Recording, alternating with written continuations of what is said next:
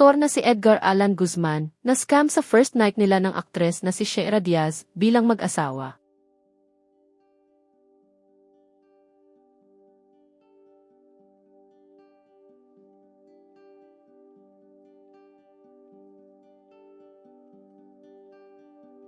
Naging bisita ang mag-asawang sina Edgar Allan, V.A. Guzman at Sheira Diaz sa Kapuso Morning Show na unang hirit nitong Lunes, August 18, 2025. Doon ay kinumusta ni Arnold Clavio ang dalawa matapos silang ikasal noong Huwebes, August 14, 2025. Sheira, EA, kumusta na kayo after ng kasal? Ay, Gusto na napakasaya. marinig? Napakasaya. Diyos ko po. Sa'yo, oo. Ang saya, nakakakilig, Iba. Igan. Iba yung pakiramdam. Ninong, nakakakilig po, Ninong. Sobra po, as in, talagang tuwing titingin ako sa kanya, parang laging mag-asawa na tayo. Asawa na yung tawag talaga. So, ang sarap-sarap sa pakiramdam Sarap sa po. pakiramdam. Yung first day namin as husband and wife, talagang pagka nagkakatitigan kami, ngingiti lang kami pareha sa isa't isa. Lalo kumalma ang boses ni EA. Sa pagbisita ng mag-asawa sa naturang programa ay nagluto sila ng sinigang na baboy. Doon ay tinanong si EA kung naging masaya ba talaga siya sa unang gabi nila ni Sheira.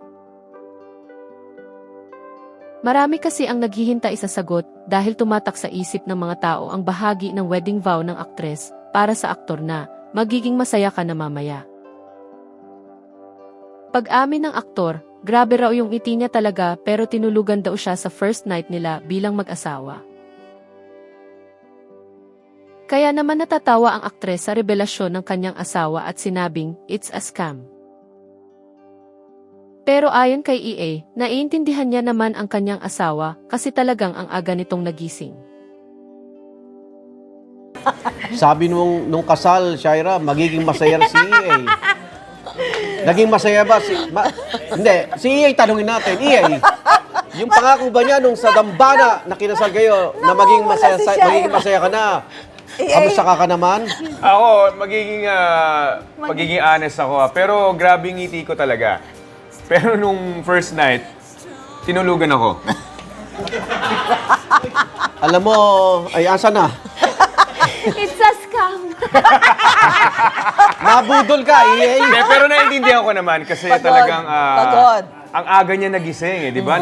Nasa live ka pa nung nag-live ka pa noon. So talaga naiintindihan ko. Ito, aminin namin sa'yo na habang nag-usap kami bago kay Kensal, yun talaga plano niya. Tulugan. Hindi kasi Sabi niya talaga, anong gagawin ko? Sabi, may nagpayo, hindi ko lang sasabihin ko sino. Tulugan mo. Ginawa pala. Kasi hindi ko na talaga maramdaman yung buong katawan Pagod ko. na naman. Sobrang, ang pangit naman nun, di ba? Hoy! Hoy! Okay na. Kasunod nito ay tinanong ni Igan sina EA at Sheira tungkol sa pagkakaiba ng 12 years sa one night.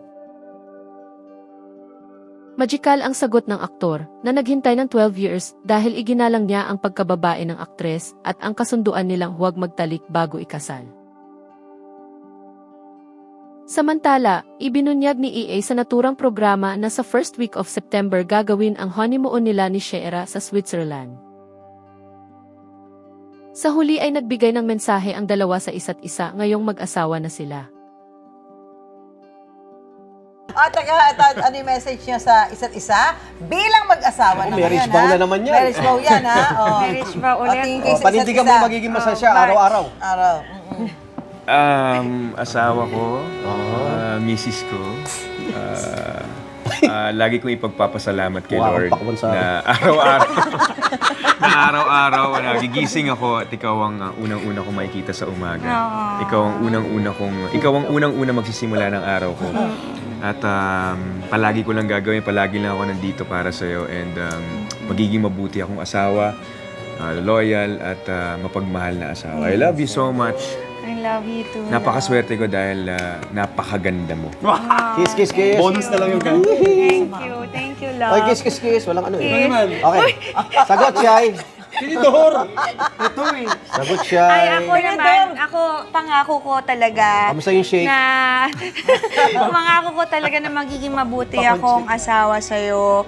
At gaya ng sabi ko sa vow ko, andyan lang ako palagi para sa'yo.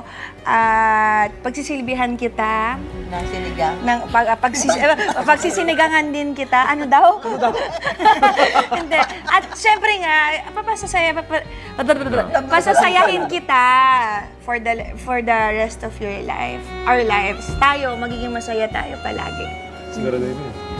Mahal na mahal kita. Sobra. Kiss! Tamis! Matatanda ang ikinasal sina EA at Shera sa isang church wedding ceremony sa Cavite, matapos ang 12 years na pagsasama bilang magkasintahan.